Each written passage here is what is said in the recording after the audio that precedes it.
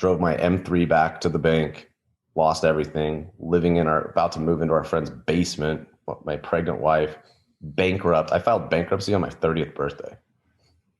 And I remember borrowing my dad's car and getting on the freeway off 106 South, and it kind of goes around this corner and the sun was coming up. And I remember thinking, oh my God, I'm free. Because I'd realized all my stuff, all the money, all the houses had been owning me. Like I didn't own anything. It all owned me. If you're looking to leave the 9-to-5 and elevate your side hustle, the Hustle the Day podcast is the podcast for you. Your host, Trent Bray, left the 9-to-5 grind behind and is helping others do the same and focus on the future. Hear from others who have done it and how they did it.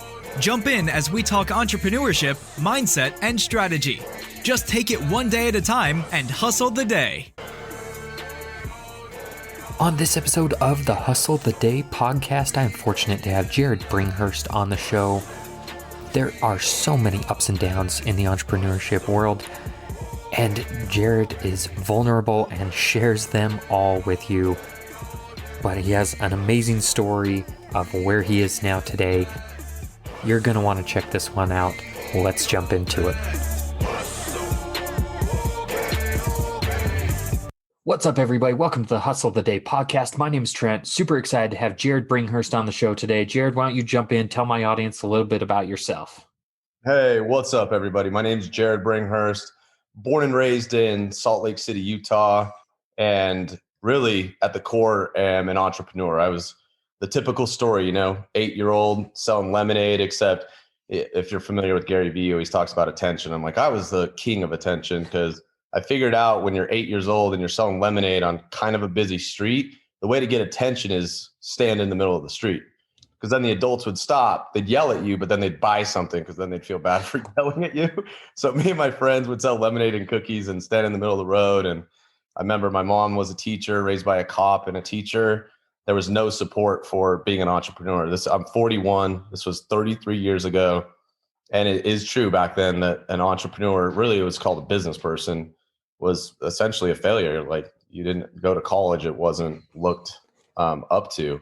And I told my mom when I was 8, I'm never going to go to college because you don't have to go to college to be a business person. And broke her heart given she's an educator, but I made good on it and been an entrepreneur and self-employed for 20 years. I haven't had a job in 20 years. I left my final job at a retail auditing firm and just vowed to never go back. And I built multiple 7-figure businesses.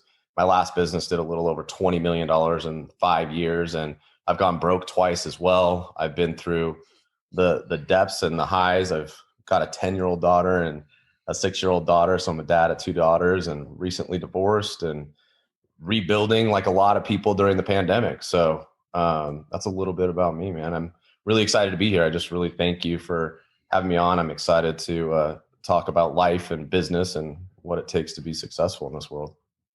I appreciate that. I love that story. My daughter is 8 right now, and she's got a dog service business. And we live on somewhat of a busy street, so she'll be waving the sign out, trying to get people to bring their dogs in and get them washed. And she does poop cleanup and all that stuff. And it's great that me being an entrepreneur myself, I definitely support her in that. Have your kids taken any interest in that sort of stuff as well? Oh yeah, man. My 10-year-old ran one of my sales meetings for 35 salespeople when she was 7 years old. She had a timeline. She had it all formatted. She was actually listening to a call I was on with one of Grant Cardone's main people. And I didn't realize it, but she had one of my ear pods in and I had the other one in. We were on vacation and she was taking notes. And then she showed me her notes and asked me if she could run my sales meeting. She held the floor for 25 minutes. She was either 7 or 8. She had red hair, blue eyes, left-handed, all the recessive traits. And she crushed. So yeah, and she actually is the exact same thing. She's got a dog service building, our business. I just moved, so I'm living in an apartment right now. And she's going around. She goes to the dog park every day to make connections and does dog walking and all that stuff. And I've raised them in my businesses. In fact, it's a trip now because before it was I would leave the house. I would take them to school every day. I still do. And then they wouldn't see me until nighttime because I'd go to the office and I'd build a business. And sometimes they'd come to the office, which was great. but COVID's been a real blessing in some ways. I know it's horrible and people are going through some pretty horrendous things. And I think that, I love the whole Phoenix, rise from the ashes. But for me, the rising from the ashes has been, I've been able to build a new business, which started in March, right when COVID hit, and have my kids home a lot of times when they were home from school to see what it's like to have dad build a business, to be involved in it, to meet my people. And they've fallen in love with my entire team. I've got over 50 agents all across the United States, and they know them, and they've never met most of them until recently. So it's really cool. And my 6-year-old, she's so funny. I've got those big post-its. Do you know those big post-its that are massive that you can hang on a wall? Yeah. You know what I'm talking about? Yeah. She wrote one of them, and it goes, start $0, next $60, next, $50, $100. And then it goes all the way up to 600,000 or more. And then it says, Miliare group at the top and our team. And, I just really love watching that with my kids. And they want to be entrepreneurs, great. If they want to save the world, great. If they want a job being an attorney, awesome. Whatever they do, I'm going to empower. Yeah, no, I get that. There's a lot of power in your kids understand that those options are available to them. It's not a one size fits all like society tends to kind of make you feel at times. So that's awesome that you're teaching that and embodying that. And that's killer that your daughter was able to run the sales meeting. That's awesome. I hope you were able to record that. And I do. I actually do. I've got a record. You want to hear another funny story about her? Absolutely. So I did that business. I started in 2014, and it was a door-to-door business. So I was practicing the pitch. I was getting to know it before I went out to Indianapolis to train for 3 weeks. And I'm practicing the pitch, and my daughter says she was 4.5 at this time. And she's feisty, she's no joke. I thought the whole redhead thing, my mom's red hair, blue eyes, left-handed, the exact same thing as my daughter. I'm like, oh, that's just whatever. They're not that feisty. Yeah, she's feisty. And she says, come on, Dad, let's go practice. You practice on me and knock on my door and I'm going to answer it. So she walks in her bedroom, shuts the door. I knock on the bedroom.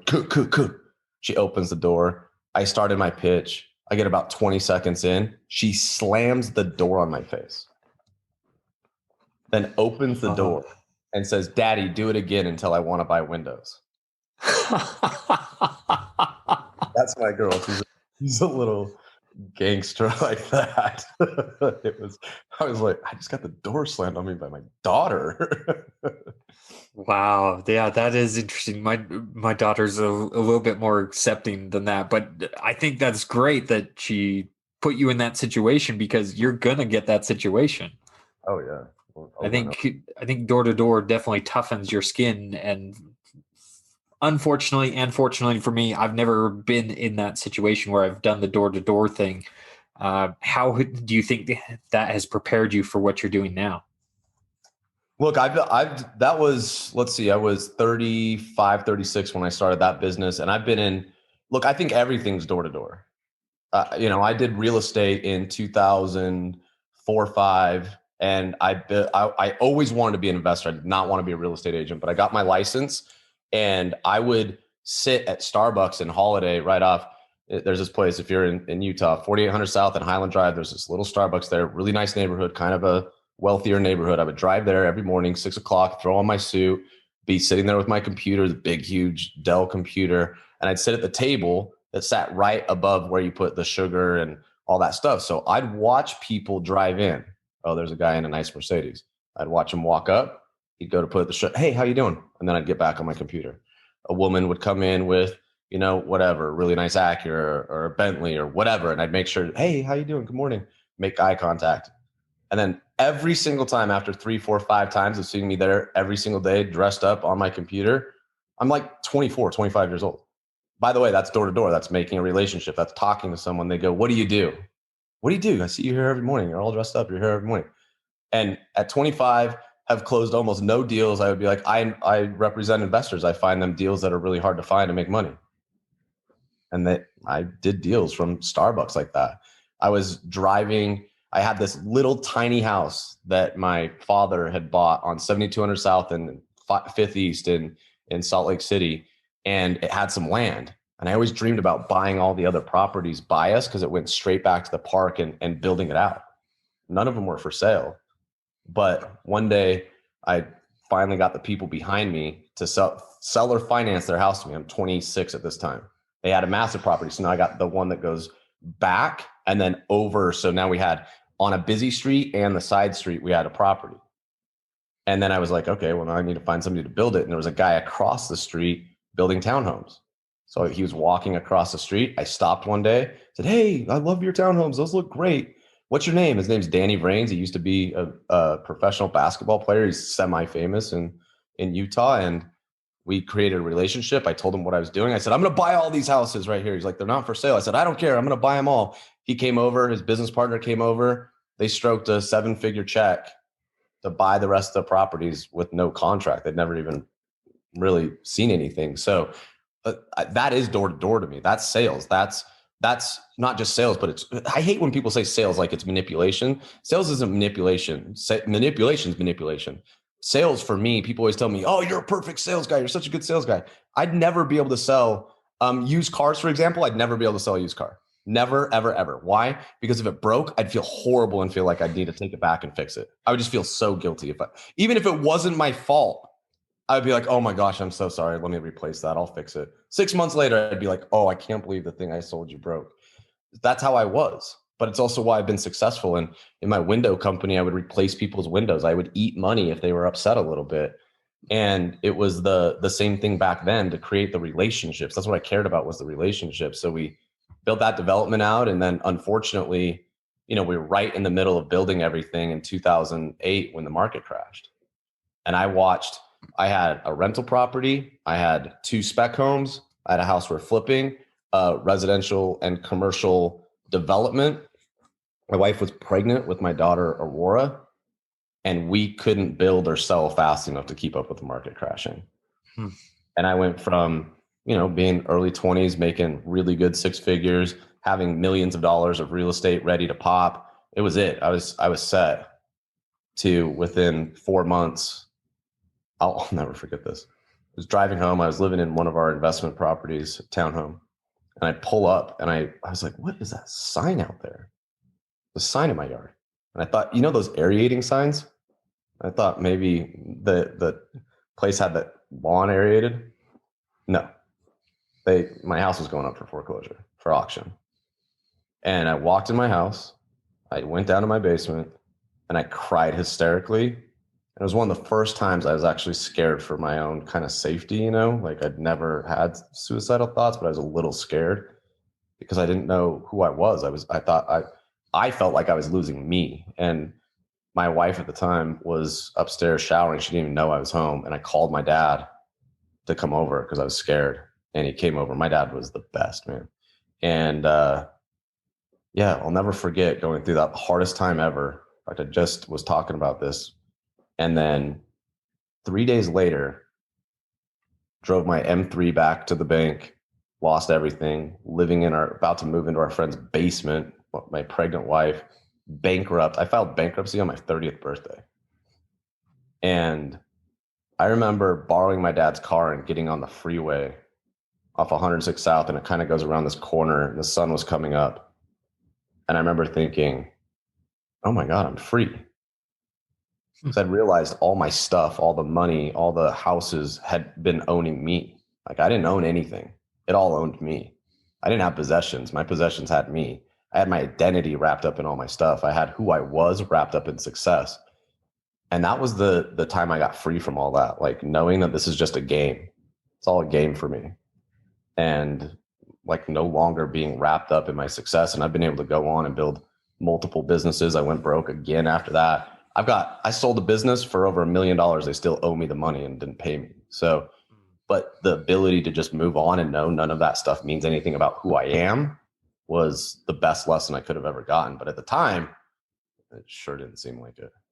Yeah. So I know that started out with asking me about door to door, but I think I'll tell you honestly, if anybody wants to get good in business, if they're like, what's the shortest cut to get good in business? What's the fastest thing I could do to get good at business, sales, thick skin?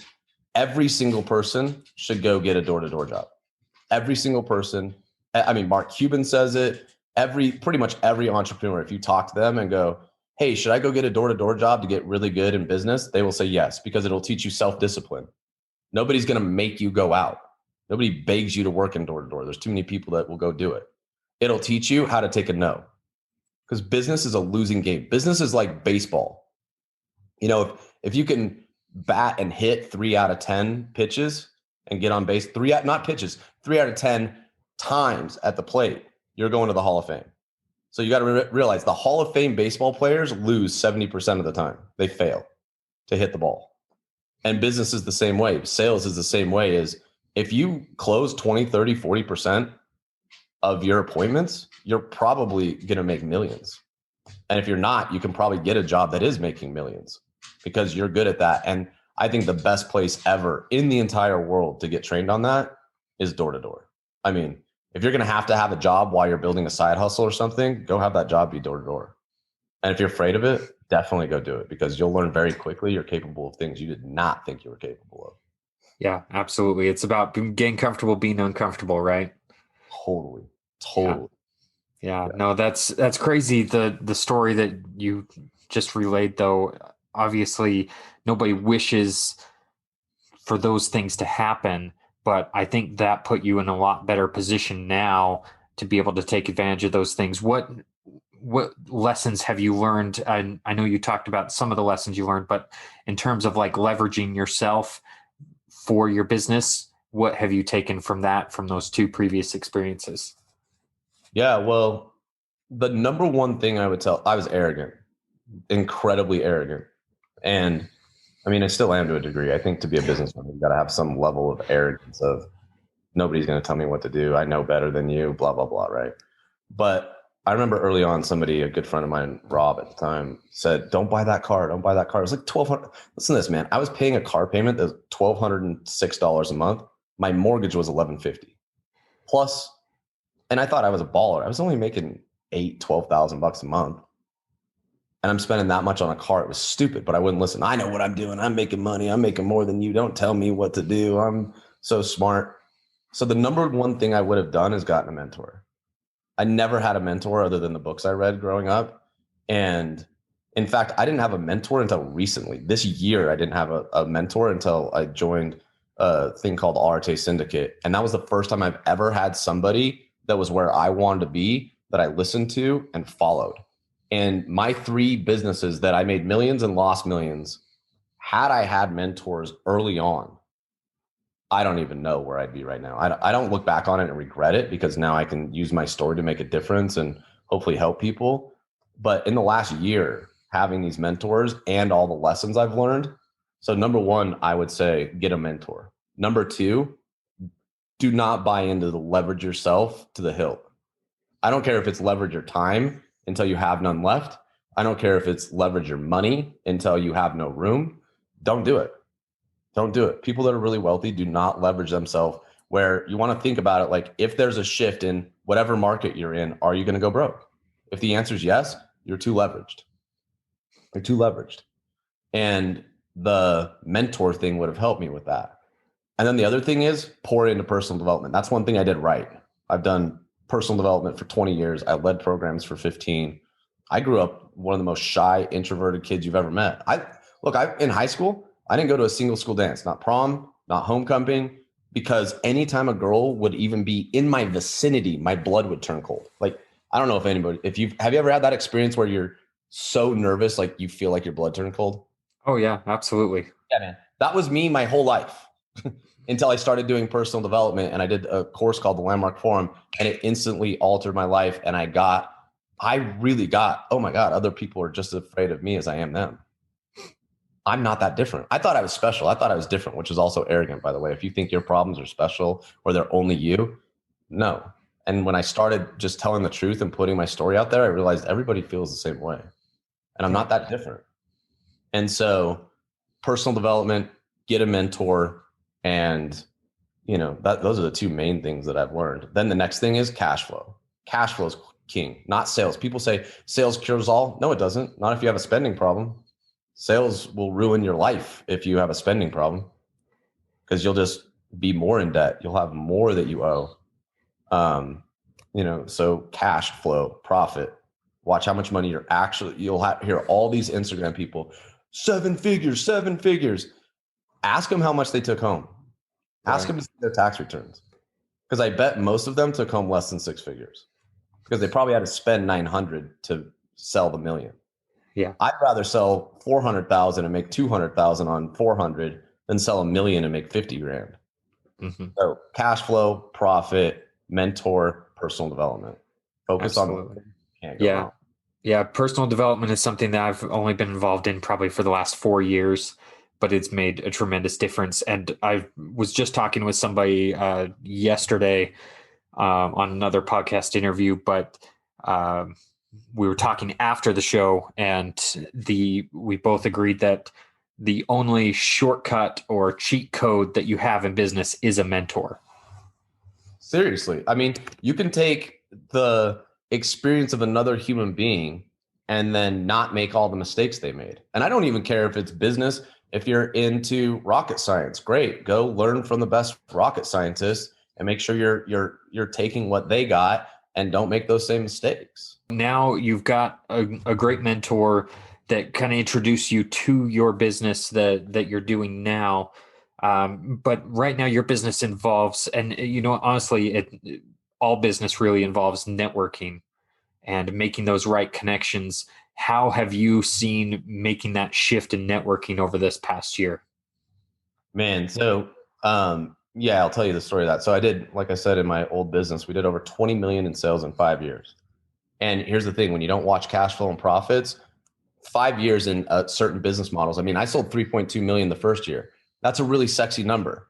What's not sexy is I lost 150 grand the first year. And by the way, for a business that's a franchise, that's good.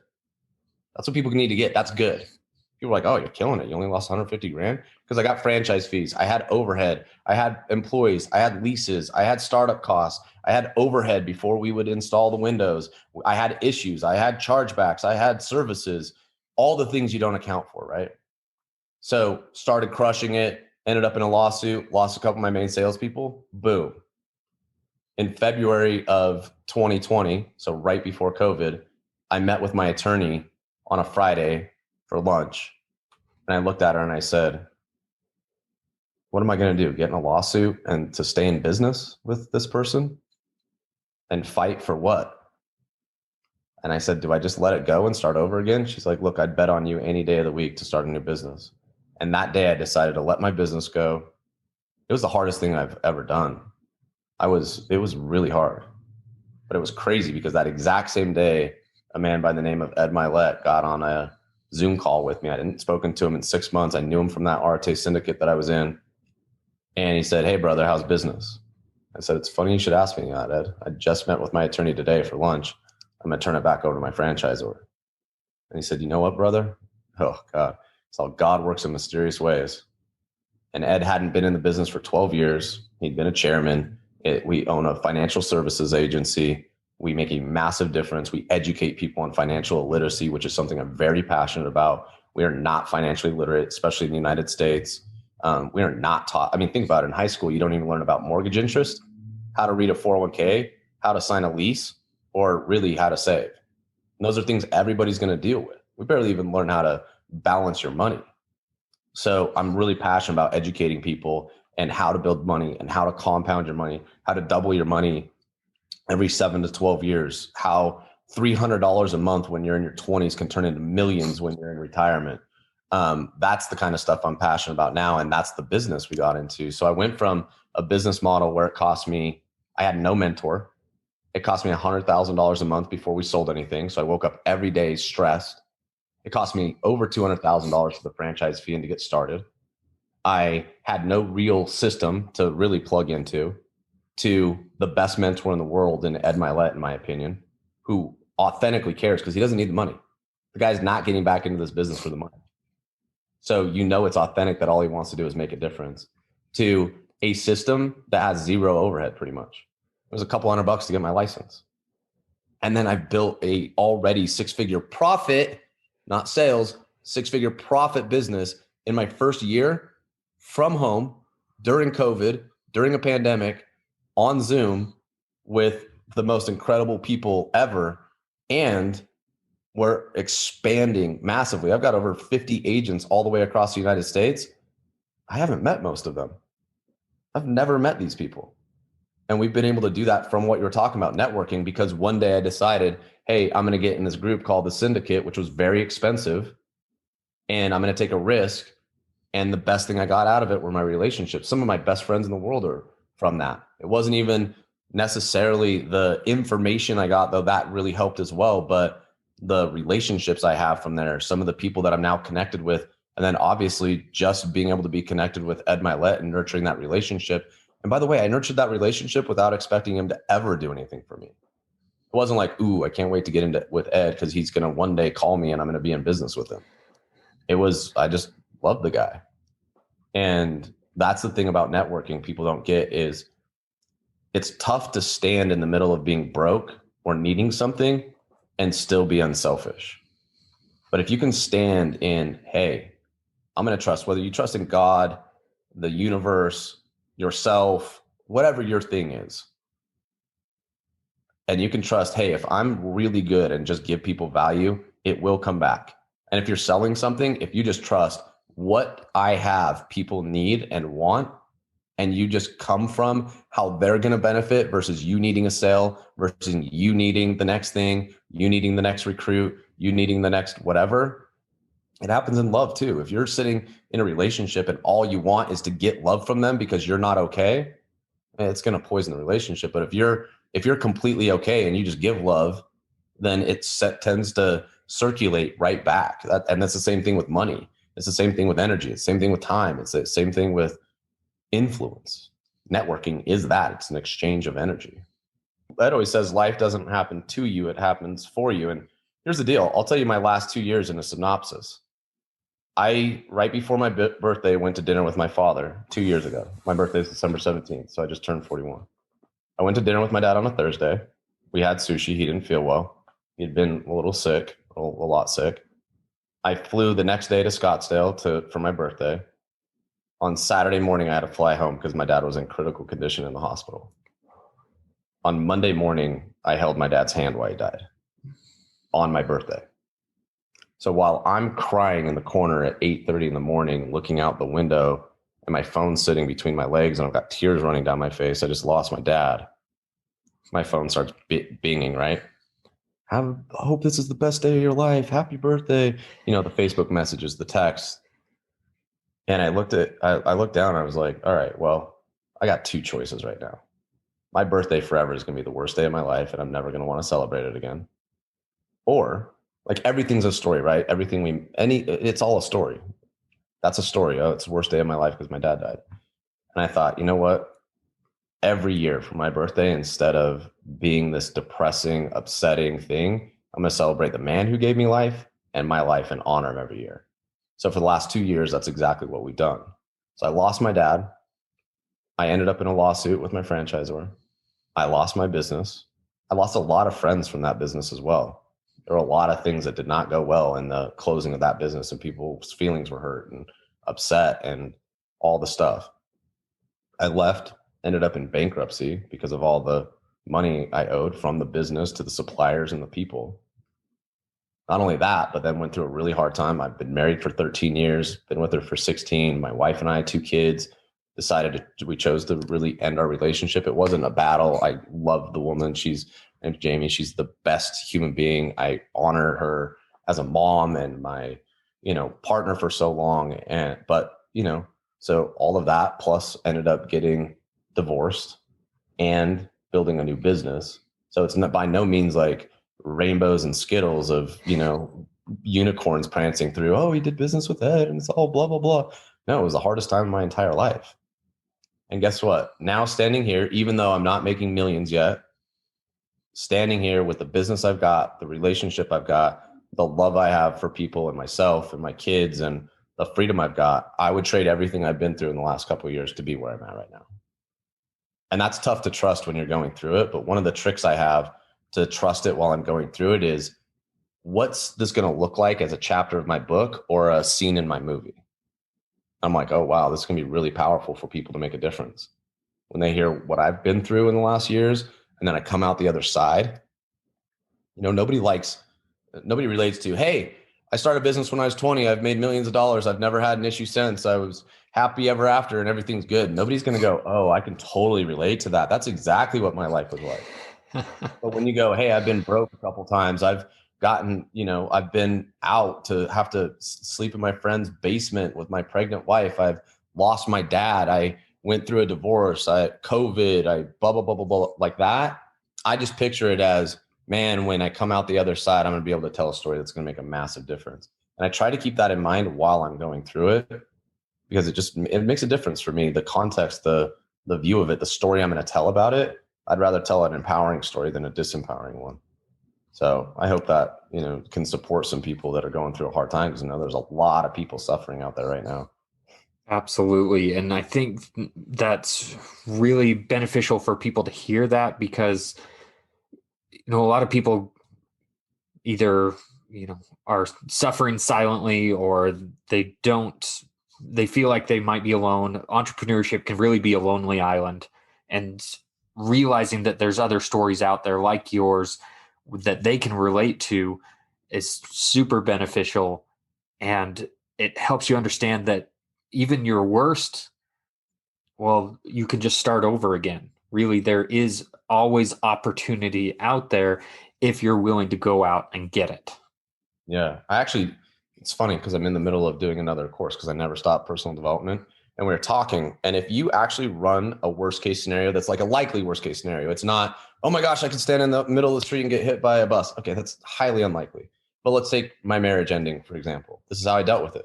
All right, what's the worst case scenario? We get divorced. We get in a fight and argue through the divorce. That's a worst case scenario. We end up contentious. We figure it out in court. The kids get impacted. And then, like, if you play that all the way out, right? 2 years, 3 years, 5 years, probably going to be in another relationship. She's probably going to be in another relationship. We're probably both going to be happier. We're probably both going to be grateful. Now, luckily for me, both of us communicate so well. We've gotten along great. We created this whole thing, like, we make divorce look good. We both rented apartments in the same complex so my kids can run back and forth. We've done dinners together. We did Thanksgiving together. We did Christmas together. We created as a family, like, we're one family. And even when she gets in a relationship or I get in a relationship, we created, like, that person will be part of our family. It's not going to be two families. So I'm really grateful and lucky that I've got someone like that. But when I played out the worst case scenario, even the worst case scenario wasn't that bad. I mean, okay, a lot of people go through that. I'll live. Everything will be okay. And if you can kind of play that out and understand that you really will be okay, but you got to do a likely worst case scenario, not a, step out in the middle of the street, get hit by a train type worst case scenario. Right. No, that reminds me, I heard a story from somebody local to us, Keaton Hoskins, who, he went through a divorce, and he talked about his worst case scenario. He's like, every time you break it down, you're still alive. Like, you still have so much to be grateful for. You play out those worst case scenarios, it's really not that bad. Keep going for it, because it really isn't that bad when you break it down. Well, if I fail, well, okay, start over, keep going, do it. Totally. And I tell people that about sales calls. I mean, we're talking about divorce and my dad dying and things like that. Think about a sales call. If people can get, oh, I'm afraid to make a call, I'm afraid to knock a door. Okay, play the worst case scenario. Literally the worst case scenario is, and I've done this for years because I trained 300 sales reps over 5 years and I've now got over 50 people on my team, over 200 recruited. The worst case scenario is someone yells at you and tells you to get off their door. That's like worst is they yell at you and you walk away and you never have to talk to them again. You're going to live. Absolutely. And you know what? Sometimes we get in our own heads and we think about, oh, what if they don't like me? And you know what? It really doesn't matter in the grand scheme of things. And it's just about doing putting in the reps, picking up the phone call, doing that sales call, whatever the case is for you. You got to put in those reps. You got to develop that tough skin. And like you said, with the baseball analogy, the best baseball players lose 70% of the time. Yeah. And look, a couple of things I would encourage anybody that's new to do Number one, stop following any people on Instagram that don't share the hardships. Delete them. Stop following them. Anybody who's flossing cars and houses and that's how they're getting attention, stop following them. They're poisoning your mind of what real entrepreneurship is. I made over $1 million in 1 year and I still drove my 2013 F-150. Now, you don't have to do that. I love cars, but I want 30, 40 cars. I'm a car person though. I love everything about cars. I'm one of the guys where if somebody's like, oh, what's your dream car? I'm like, you're clearly not a car person if you ask a person what their dream car is. If somebody doesn't answer 15 to 20 or 30 cars and goes on for an hour, they're not a car person. If they go Lamborghini Aventador, they're not a car person. That's not a car person. Because it's like, well, it depends. Are we talking class? Are we talking racing? Are we talking track? Are we talking four-wheeling? Are we talking like what world? What about the motor? Is it electric or is it an 8-cylinder? Are we talking 12 or are we talking straight line? Are we talking naturally aspirated or are we talking turbocharged? Like, I don't know. That's the world of car people. And I'm a car person. In fact, Andy Frisell is my hero when it comes to that because that's one of the things that he and I got along with really well was cars. So I'm all about it. I want to buy a lot of cars, but $1 million a year is not enough for me to go buy those cars. And you got to realize that the people that are real, like the Ed Milet's, the Andy Frisellas, the people that really make real money, they're spending less than 5 to 10% of their total income on their vehicles. So if you make $100,000 a year, that's you buying an $8,000 car. If you make $200,000 a year, you got a $16,000 car. That's the equivalent of what they're spending. And people aren't talking about that. So stop following the people that are not talking about the real version of what it is to be an entrepreneur. The second thing is make sure that you're feeding your mind with the reality. It's not get rich quick. And if you think you're going to get rich quick, you're going to learn a lot of lessons. And some people just need it. Some people out your audience, some people in your audience will not listen to this. They're not going to take this. They've got to go fall on their face themselves. I respect that. I had to. But maybe there's a couple of people out there that are going to go, okay, maybe if I plug my ears to all the noise and the garbage, because look, the car's not going to fix how you feel about yourself. I hate to tell you. If you're a dude and you think the car's going to get you a chick, it's going to. It's going to get you a woman that wants that kind of stuff, which is, there's no problem with that. But then you're going to be complaining about all they want is your stuff. Well, that's how you landed them, idiot. If you land somebody with stuff, they're going to want stuff. Don't complain about it later. I can't even tell you how many friends I had. Dress nice, expensive watches, expensive clothes, expensive cars, and threw tons of money down in the club. And that's what attracted these women. And then 6 months later, when they're in a relationship with them, they're complaining about all they like them for is their money. I'm like, yeah, dumbass, that's the lure you use to catch them. So be real, be you. Look, I'm starting over again. I'm out here. I'm going to be real. And if somebody doesn't love me for who I am right this minute, cool. That's a great filtering process. It's for ladies too. You don't have to dress a certain way. You don't have to be a certain type of mom. You don't have to be a certain anything. Be whatever your authentic version of you is. And if somebody doesn't love that fully, by the way, they're not an asshole for not loving you for that. You're just not a fit. It doesn't make them a bad person. You also don't have to talk smack and gossip about people just because they're not into you. So what? Every human being isn't made to be a match. Just have it be a filtering process. Yeah. Anyway. And you know what, honestly, that can relate to the sales process too of, hey, you know what, it didn't work out.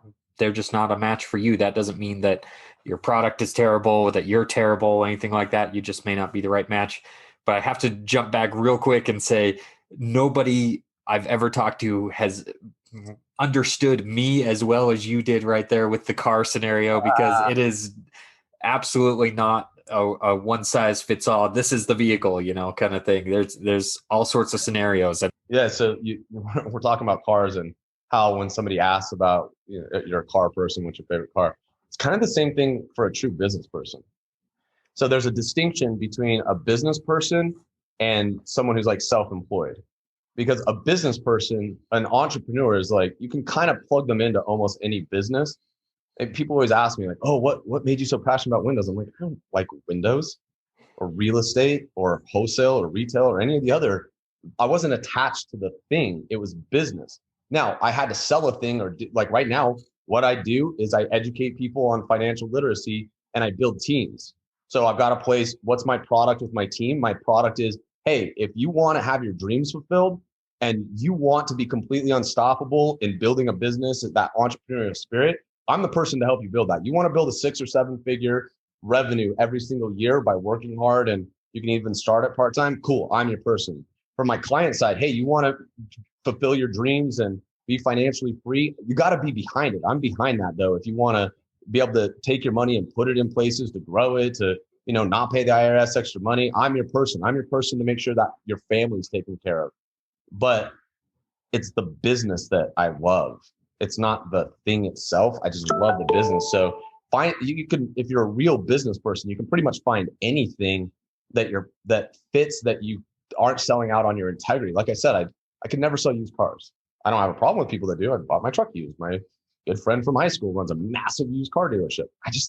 For me, couldn't do it. It doesn't fit me. So you got to have some self-awareness too of what's the bucket you want. Then if you are someone who's, I'm so passionate about art, or I'm passionate about construction, or I'm passionate about plumbing, great. You should probably partner up with a business person though, because there's a difference between being an incredible plumber and a business owner. My uncle is one of the best finish workers in the entire state of California. Finished Zuck's house, Charles Schwab, like all of them. He's the guy. But he would never own his own business. Never in a million years. He's not the guy. He doesn't want to. And that's the other thing, is I would just really look, why do you want to own a business? If that's not something that fulfills like a purpose in your life, don't do it. Don't do it. You have to be a business owner. Go be a great employee. Go be a great number 2 through 50, like Gary talks about. There's a billion different ways to make $100 to $1 million a year, especially if you're good at sales. So really look, is that really what you're up to? Because if it's not, the hard times, it's like people think, oh, I'm going to get in a relationship and my whole life's going to work. And then you talk to anybody who's been in a relationship for longer than a year or two, it's like, oh no, that shit's hard. That takes work every day. Every day it takes work. So there's got to be something that's big enough. So for me, why I run a business and own businesses, because I love empowering people. My team, I've got a woman, divorced, had a really hard divorce, 2 kids, single mom, she's pretty much on her own, never made more than 20 or 30 grand in a year, never spoken publicly, couldn't speak. Now made $4,500 in a month. She just spoke in front of 50 of our agents and held the floor for 30 minutes. Was in tears because she's becoming someone better. I want to do that for thousands and thousands and thousands and thousands and thousands of people on my team. So that vision for me of empowering women and empowering entrepreneurs to add that spark is big enough for me to deal with the bullshit of what it is to be in business, the hard times, the going broke, So just define what's big enough for you that's worth it, because you're going to need it. You're going to not all Lambos and Porsches and houses and all the crap. What they don't show you is the day I was sitting in the corner of my office with no furniture in it, bawling, hysterically, wondering if I'm ever going to be able to build it again. What they don't show you is the amount of times I woke up with so much anxiety, I thought I was going to have a panic attack. And I have had a couple panic attacks. What they don't show you is the amount of times we drive to work wondering if we're full of it, wondering if we can really do it, wondering if if we're going to let these 50 to 100 people down, or how many other people on your team. They don't show all that. It's upsetting for me that people don't show that too, because that's the reality. It is hard for people to see past the glitz and the glamour. They just want that. And honestly, I think that relates to the money side of things too, is if you're chasing the money, it's not necessarily the best scenario for you either, because in those situations where you're down and out and you're upset, you've got imposter syndrome, whatever the case may be, the money's not going to pull you through. It's the purpose. It's like you said, the woman who is changing her life, those are the things that pull you through those difficult times. Yeah, that's one of the things. So I'm on that new app, Clubhouse, and people talk about imposter syndrome a lot there. I honestly only think imposter syndrome comes from people being inauthentic, pretending like this is the biggest issue, is if you're going to pretend like you're somewhere you're not, you got imposter syndrome, because you're pretending like you're more successful than you are. And there's this whole thing about positive affirmations. They're great, but don't lie. Look, I'm rebuilding a business. I'm not making $1 million a year. I'm making 6 figures a year. My first year, which I'm proud of. I'm starting over. I am divorced. I am all those things. There's not much anybody could say about me or to me about my life in a public forum that I haven't put out there myself. I owe people money. I'm paying people back. There's a guy I owe 200 grand to. I just hung out with them a little bit ago because I'm in communication. I'm not hiding anything. And if you're hiding something and lying about who you are, that's imposter syndrome, because you are being an imposter. You are pretending like you're more successful than you are. You are pretending like you have your shit together when you don't. You are pretending like you know things you don't. And if you stop doing that, you won't have imposter syndrome. Just own it. Just own. Like if you want to go down any track of anything that has to do outside of business or kind of personal development or family, I'm going to stop talking. I'm not talking about physics. I won't talk to you about history. I won't talk to you about geography. I won't talk to you about pretty much any other subject because I don't know them. I'm not going to pretend like I do.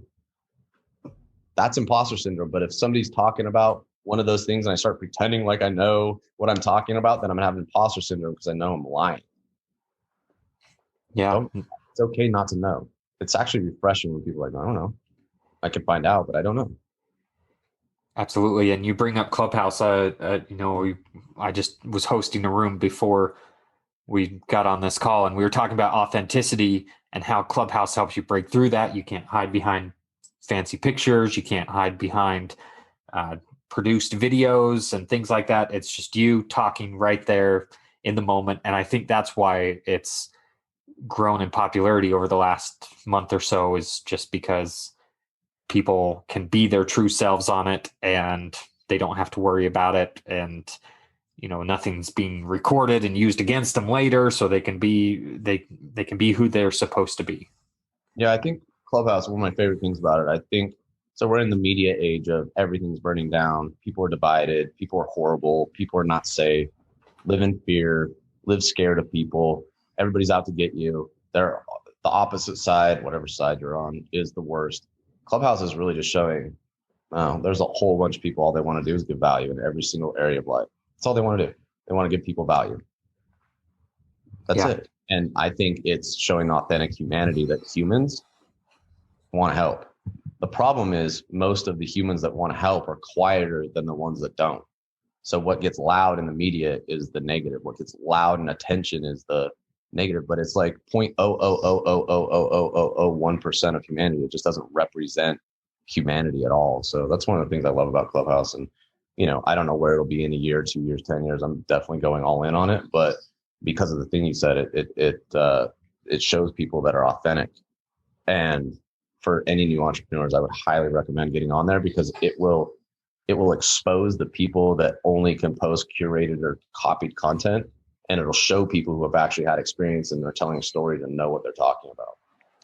Yeah, absolutely. And it really is refreshing to see that, because through this time, like you mentioned, the media is telling you how awful things are right now. And then there's just this everybody on Clubhouse who's just chugging along like normal, and we all respect each other and respect different points of view. And that's what is really happening, is that's where the truth actually is happening. It really is. And it's unfortunate, but it's what it is. Yeah. Well, I don't want to go too far off into the weeds there, but one thing that I typically ask people, since it is the Hustle the Day podcast, how would you personally define the word hustle? Differently than most people. I respect people that work a lot of hours. Most of them are full of shit. 99% of people that are talking about working 12, 13, 14-hour days, if I follow them around, they're not. They're hanging out on Instagram. They're hanging out on Facebook. They're walking around. They're bullshitting. I define hustle and how effective are you in an hour. I'd rather take 1 hour of super efficient, effective work from somebody than 10 hours of 40%. So I define hustle as how consistent are you being with your intentions. I define hustle as somebody who says, you know what I want? I want to make 120 grand a year, and I never want to work past 5:30, and I want to make every single dinner with my family. I want to be present with my kids. I define their hustle as how much do they put their phone away? How present are you with your kids? How present are you with your spouse? How present are you when you're hiking? Do you do the things that light you up? Look, I love jujitsu. I've not done jujitsu for years because I'm hustling and busy at work, and I sold out on something that's important to my soul. For what? To hustle? There's so many people that are like, I'm building this business for my family, for my kids. And then you go ask your kids, hey, would you rather have the wealth that your daddy or mommy are creating, or would you rather have more time with them? I'd rather have more time 100% of the time. The kids say, I'd rather have more time. I don't need any of this shit. So you're not doing it for your kids because what they want is you. So just tell the truth. You're doing it for you. So what do I define hustle is who's living consistent with what their life's really for. That's what real hustle is. And some people, that is 12, 14 hours a day of work and building and grinding. I think Gary Vee's probably authentically that guy. He's not super passionate about being home with his kids, but he is when he goes on vacation, but he's not during the week. He's not super passionate about making sure he's at every dinner and every baseball game. That's not what he's passionate about. But if you are you acting consistent with that? And is your life consistent with what you say about your health, your wealth, your finances, your faith? That's what I think hustle is how present can you be with what you're really committed to? And are you taking action consistent with it? That is a perfect example. You know what? I love that. The reason I asked that is because hustle to a lot of people has that connotation of grind 24/7, you know, do that. And I completely agree with you. That is not the case for most people. And so I appreciate that you brought that up, and it's about setting those intentions. And that really definitely makes a difference in how you define the word hustle. It really does. It really does. Not just the intentions. Intentions are, I always tell people, you know, you got big dreams and all that, but big dreams with no action is like head in the clouds. And then all action with no dreams is just like super hard work and stress. You got to have the big dreams and what you're up to, plus the action and the work. So you have to have the intention and the action to actually have fulfillment. Otherwise, you're two on one or other side of the scale. Yeah, no, I understand that completely. So I don't want to take too much of your time. You know, we've already used up the time that I had allotted for this. So before I give a chance for you to plug where people can best find you, personal or business, what is it that excites you about the future? What excites me about the future of business is that it's easier and easier to get access to mentors and people. And as long as you're conscious about who you're following and what kind of advice you're taking and be consistent. So it really excites me that people are more accessible than they've ever been, and creating relationships and networking is easier than it's ever been. The other thing that really excites me is authenticity starting to rise to the surface, where people that are liars and fake and are getting exposed, but I don't want them to get exposed like they're bad people. I want them to get exposed so they can discover who they really are and understand who they really are is actually good enough. They don't have to do all that stuff. I'm really excited for that. And I'm just excited for the future of humanity. I will bet on humanity all the time. I know we're going through a really hard time on the planet, but I think it's one of those things where, you know, when you're in the gym, you got to tear the muscle to become the next best version of yourself. And you know, I think we're tearing the muscle of humanity and what we've known each other as and how we've related to people. And I'm really excited for what's going to come of that. And the people that want opportunity and they want to start a business, it's easier than ever and it's better than ever. And I'm stoked for that. I think the future is really bright for us. Perfect. Yeah, I love that. Thank you so much for that. And thank you so much for taking time out of your day to hop on the podcast and share these incredible stories with my audience. Where is the best place for people to be able to find you? Man, if you go to Instagram, it's at J Bringhurst, or Clubhouse, it's Jared Bringhurst. Those are the two places I'm spending most of the time at, is Clubhouse and Instagram. And I'm happy to give anybody anything they need. You know, hit me up. I get back to pretty much everybody. If there's anything I can do to support anybody listening, I'm happy to provide whatever I can. Perfect. Thank you again. And, you know I've gotten a ton of value out of this. So I know my audience has gotten value out of this. So I encourage you all to get out there and hustle the day. Hey everybody, thank you for watching this video all the way through here on YouTube. One thing that would help us out tremendously to share this value with more people is if you subscribe to the channel, like the video, make a comment, share it with others, click that bell notification to say, hey, I want to see more videos like this. That would tremendously help us out, and I would sincerely appreciate if you did that. Thank you again for watching this video.